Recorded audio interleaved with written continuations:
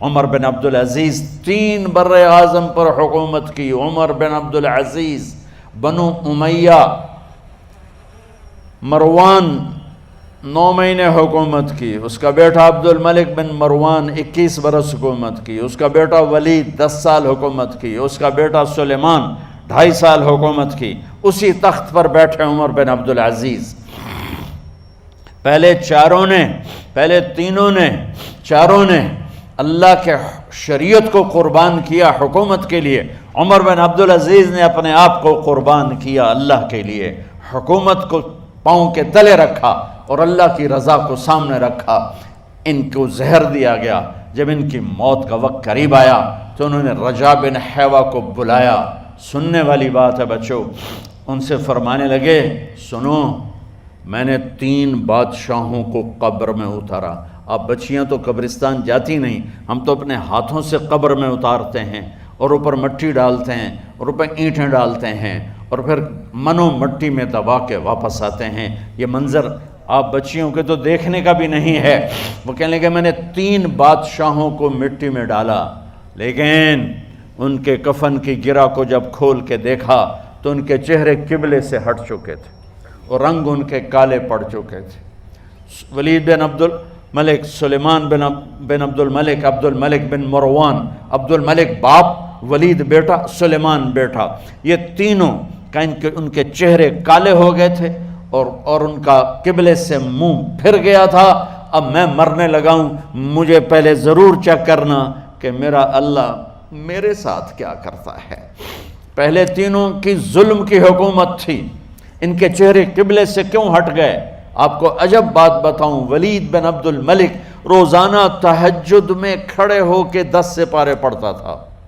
10 سپاروں کی تلاوت تہجد میں کرتا تھا کھڑے ہو کے، اور قبلے سے چہرہ ہٹ گیا. سلیمان بن عبد الملک تہجد گزار، چہرہ قبلے سے ہٹ گیا، ظلم کیا، خون کو پانی بنا دیا، حکومت پر شریعت کو قربان کیا، رشتے ناتوں کو قربان کیا. اللہ نے قبلے سے چہرے، نمازیں منہ پہ مار دی، روزے منہ پہ مار دیے، حج زکاتیں منہ پہ مار دی، تہجد ان کے منہ پہ مار دی اور ان کے چہروں کو قبلے سے ہٹا دیا اور رنگ کالے کر دیے. عمر بن عبدالعزیز نے اسی سلطنت کو عدل سے بھر دیا. کیسی سلطنت کی؟ جب گورنر تھے تو 60 اونٹوں پہ سامان چلتا تھا. جب امیر المومنین بنے تو بچے کہنے لگے ماں سے، بچیاں 12 تھے، ماں سے کہنے لگے کہ عید کا موقع آ رہا ہے، ابا سے کہو ہمیں نئے کپڑے تو لے کر دیں. ان کی ماں کا نام ہے فاطمہ، بچوں کی ماں کا نام فاطمہ بنت عبد الملک. یہ دنیاوی سٹیٹس میں سب سے بڑی خاتون گزری ہے، آج تک اس کے لیول کی کوئی عورت نہیں آئی. دادا بادشاہ، باپ بادشاہ، 4 بھائی بادشاہ، 6 خامند بادشاہ، 7 نسبتوں سے یہ عورت شہزادی رہی ہے. حضرت عمر گھر آئے، بیگم نے کہا بچے کپڑے مانگ رہے ہیں.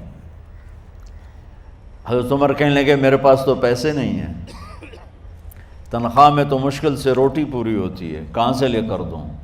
تو تھوڑی دیر خاموش رہیں بیگم، پھر کہنے لگی آپ ایسا کریں اگلے مہینے کی سیلری ایڈوانس لے لیں، اس سے میں کپڑے لے لیتی ہوں اور روٹی کا خرچہ میں مزدوری کر کے گھر بیٹھے مزدوری کر کے چلا لوں گی، آپ 1 مہینے کی تنخواہ ایڈوانس لے لیں. حضرت عمر بن عبدالعزیز واحد خلیفہ ہیں جن کے دور میں 3 بر اعظم میں زکوٰۃ لینے والا باقی نہیں بچا تھا. یہاں لاہور بھی ان کی حکومت کے نیچے تھا، جنوبی اسپین فرانس ان کی حکومت کے نیچے تھا، کاشغر تک ان کی حکومت کے نیچے تھا، استنبول کے دروازوں تک ان کی حکومت تھی. 3 بر اعظم میں ایک آدمی زکوٰۃ لینے والا نہ بچا. اور اپنا حال یہ ہے کہ بیگم سے کہہ رہے ہیں پیسے کوئی نہیں، کپڑے کہاں سے لے کر دوں؟ اور بیگم طریقہ بتا رہی ہے کہ آپ اگلے مہینے کی تنخواہ ایڈوانس لے لیں، اس سے میں کپڑے لے لوں گی اور چولہے کا خرچہ، روٹی کا خرچہ میں گھر بیٹھ کے مزدوری کر کے کما لوں گی. تو حضرت عمر کہنے لگے ہاں یہ ٹھیک ہے. باہر آئے وزیر خزانہ مزاحم انہیں بلایا کہ بھائی ہمیں اگلے مہینے کی تنخواہ ایڈوانس چاہیے، یہ تنخواہ والے لوگ بیٹھے ہوئے ہیں تنخواہیں لیتے ہیں۔ اس نے کاغذ قلم آگے رکھ دیا، کہا حضرت یہاں لکھ کے دے دیں آپ 1 مہینہ زندہ رہیں گے میں تنخواہ دے دیتا ہوں، آپ مجھے لکھ کے دے دیں آپ 1 ماہ زندہ رہیں گے میں آپ کو تنخواہ دے دیتا ہوں۔ چپ کر کے اٹھے، ایک لفظ نہیں بولے، گھر گئے۔ حضرت اپنی بیگم فاطمہ سے کہا بیگم بچوں سے کہہ دو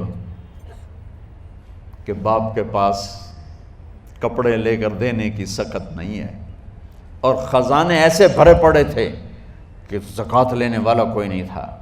عید کی نماز ہوئی، نماز کے بعد جب ساری فیملی ملنے آئی اور بچے بھی ملنے آئے تو ان کو دیکھ کر ان کی آنکھوں میں آنسو آ گئے۔ کہنے لگے بچوں آج تمہیں دکھ تو ہوگا اپنے باپ پر کہ ایک جوڑا کپڑا بھی لے کر نہ دیا عید کا۔ تو ان کے ایک بیٹے نے کہا ابا جان آج ہم بڑے خوش ہیں، ہمارا سر اونچا ہے کہ ہمارے باپ نے مسلمانوں کے مال پہ ڈاکہ نہیں ڈالا، ہمیں قربانی کا بکرا بنایا لیکن مسلمانوں کے مال میں خیانت نہیں کی۔ یہ ان کا طرز حکومت تھا، اس طرح انہوں نے حکومت کی۔ گھر میں تشریف لائے تو بیٹیوں سے بات کی تو انہوں نے منہ پہ ایسے دوپٹہ رکھا ہوا، منہ پہ دوپٹہ رکھ کے بات کریں تو فرمانے لگے کپڑا تو ہٹاؤ، دوپٹہ کیوں رکھا ہوا ہے؟ تو گھر کی خادمہ زور زور سے رونے لگی، کہنے لگی امیر المومنین آج آپ کی بیٹیوں نے کچا پیاز توڑ کے روٹی کھائی ہے تو وہ اس کی بو ہے منہ میں، آپ کو بو سے نفرت ہے اس لیے منہ پہ کپڑا رکھ لیا ہے۔ تو حضرت عمر اتنا روئے کہ ان کی داڑھی تر ہو گئی۔ کہنے لگے آخر میں جب تھوڑا آسرے میں آئے کہا میری بیٹیوں تمہارا باپ تمہیں بڑے اچھے کھانے کھلا سکتا ہے لیکن میں جہنم کو برداشت نہیں کر سکتا، میں جہنم کی آگ برداشت نہیں کر سکتا۔